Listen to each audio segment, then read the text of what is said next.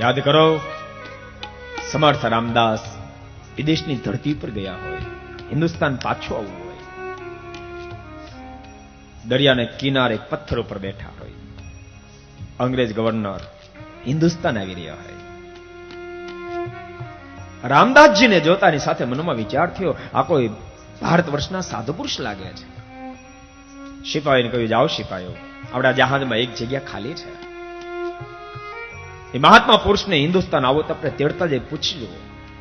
અને સિપાહીઓ સમર્થ रामदास जी पास आવીને કહેવા માંડ્યા, महात्मा जी ये जहाज हिंदुस्तान जा रहा है, इंग्लैंड का जो बादशाह है वो हिंदुस्तान जा रहा है, आपको यदि आने की इच्छा हो तो. ત્યારે ભક્તો ભારત દેશના મહાપુરુષના મુખમાંથી શબ્દો નીકળ્યા હતા, એક જહાન में दो बादशाह नहीं बैठ सकते, एक जहान में दो बादशाह नहीं बैठ सकते. दो बादशाह, एक तो जो जहाज में बैठा वो है, दूसरा कौन बादशाह? जब बादशाह कौन है? અને એ જ વખતે સમર્થના મુખમાંથી શબ્દ નીકળ્યા હતા, એક बादशाह जो जहाज में बैठा वो है और दूसरा बादशाह मैं हूं. मैं आप बादशाह किस चीज का बादशाह हो?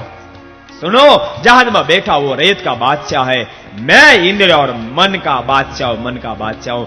जाके पूछ के लौट के वापिस आओ, आपका जो बादशाह रेत का बादशाह है मगर मन का गुलाम है, मैं ही तो मन का बादशाह हूं, मन का बादशाह.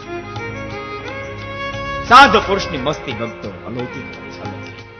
બહુ સાચું કહું, કોઈ જગતમાં બંધાય, પદાર્થમાં બંધાય, સ્થાનમાં બંધાય, એને ખબર નથી, એ કદાચ ભૂલી ગયો છે કે હું સાધુ છું.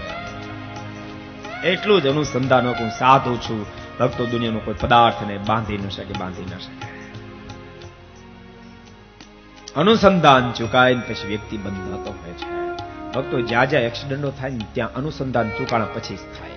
જ્યાં પણ થાય, એ પ્લેનમાં થાય તોય ભલે, એ ટ્રેનમાં થાય તોય ભલે, એ ફોર વ્હીલમાં થાય તોય ભલે, એ ટુ વ્હીલમાં થાય તોય ભલે, એ ઘરમાં થાય તોય ભલે, અને ભક્તો સમાજમાં થાય તોય ભલે, અનુસંધાન ચૂકાણા પછી જ એક્સિડન્ટો હોઈ શકે, એક્સિડન્ટો હોઈ શકે. એ મોક્ષની અંદર પણ ભક્તો એક્સિડન્ટ ત્યારે થાય છે મુમુક્ષુને અનુસંધાન ચૂકાય છે કે હું કોણ છું, પછી એક્સિડન્ટો હોય છે. અડધો રૂપિયો હતી તુચ્છ હતો, વૈરાગીની જો રહી વાસના તો, અડધા રૂપિયામાં જો વાસના રહી, મર્યા પછી ભક્તો કણો થવું પડ્યું. અડધા રૂપિયામાં તો લાખો ને કરોડો રૂપિયા આપણી પાસે હશે ને ભક્તો અનુસંધાન ચૂકાશે, અને એ પદાર્થમાં જો આસક્ત બનશું તો અડધા રૂપિયામાં કણો થાય તો કરોડ રૂપિયા મોટો ફણીધર થાય. માટે ફણીધર ન થાવો તો ભક્તો સંસારમાં રહ્યા પછી પણ વિરક્ત રહેજો. અને યાદ રાખજો, સંસારમાં રહ્યા પછી દુનિયામાં કોઈની તાકાત નથી મુમુક્ષુની વિરક્ત રાખી શકે. સંસારમાં રહ્યા પછી એક સત્સંગ જ મુમુક્ષુની વિરક્ત રાખી શકે, એક સત્સંગ જ વિરક્ત રાખી શકે.